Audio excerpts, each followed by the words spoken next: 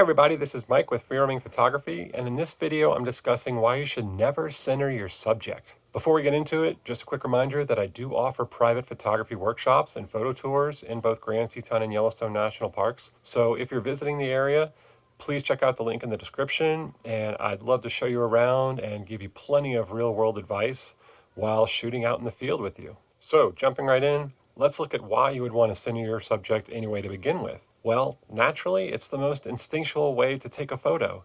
You see something you like, you want to take a photo of it, you aim and you shoot.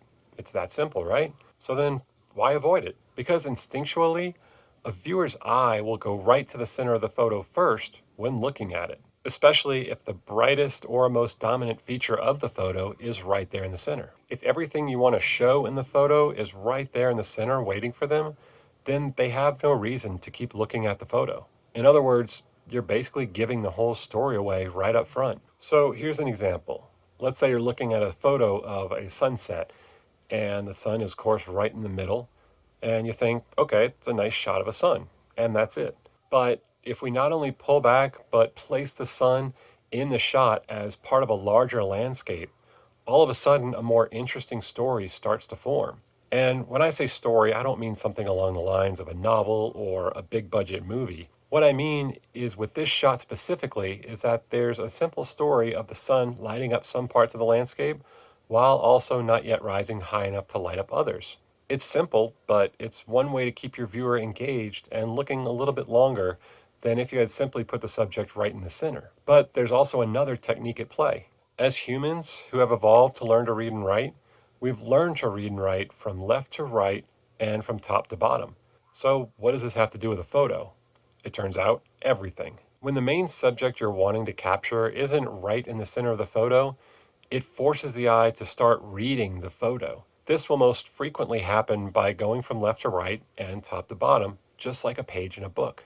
When your photo plays into that, you immediately create a more compelling image that keeps people engaged and wanting to look at it over and over. This can be especially true if you can also find a composition that brings people's eyes through the whole photo by looping around. The easiest way to do this is to follow the rule of thirds. This breaks up your image into thirds, both horizontally and vertically, and your subjects of interest should land somewhere on or close to those dividing lines. Naturally, this does take a lot of practice to really get down and to break from habit, but doing so will give you more compelling shots every time. And as you start to force yourself to move your subject of interest away from the center, you'll begin to see how that story starts to unfold and how you create a more interesting photo in general, just by leaving more of the landscape or the subject to explore within the photo. So I hope that helps you out. And just a reminder, if you are visiting Grand Teton or Yellowstone National Parks, I am available for photography workshops and photo tours, so we can discuss this and really any other photography questions you might have.